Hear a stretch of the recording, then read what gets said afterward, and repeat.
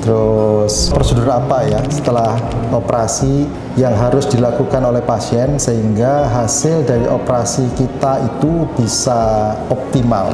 Jadi prosedur-prosedur apa dok yang harus dilakukan?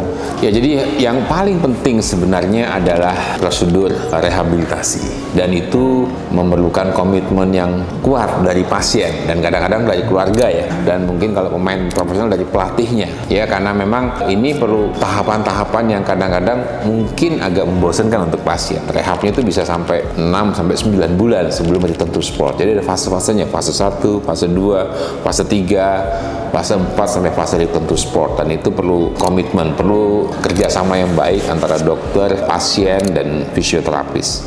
Oke, sekarang kalau kita lihat seperti Kylie Irving ini di berita cederanya adalah cedera ACL. Dengan atlet profesional seperti dia tentu pasti akan dilakukan tindakan rekonstruksi ya untuk ACL-nya ya Dr. Edi.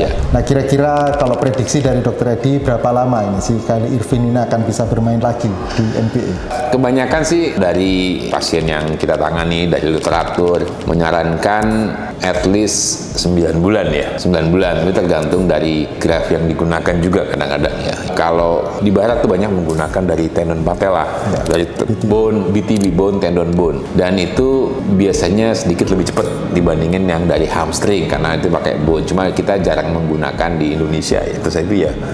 Ya karena mungkin ini loh, letaknya di bagian depan ya. Di bagian depan dari lutut nih ada tendon patella, kalau kita ambil tuh kadang-kadang pasien mengeluh sakit kalau sujud. Nah ya, jadi kadang-kadang orang muslim, jadi kadang-kadang kita berpikir kasihan nanti nggak bisa sholat normal cukup lama. Kalau dari hamstring biasanya tidak begitu nyeri. Secara literatur sih sebenarnya perbandingan secara long term resultnya tidak ada bedanya antara patella tendon dengan hamstring, cuma mungkin dari sisi return to sportnya lebih cepat pada patella tendon. Oke. Dan kita harapkan ya Dr. Edi ya, Kylie Irving ini bisa segera bermain dan segera pulih dari cederanya setelah melakukan operasi dan juga terapi yang baik. Ya, mudah-mudahan.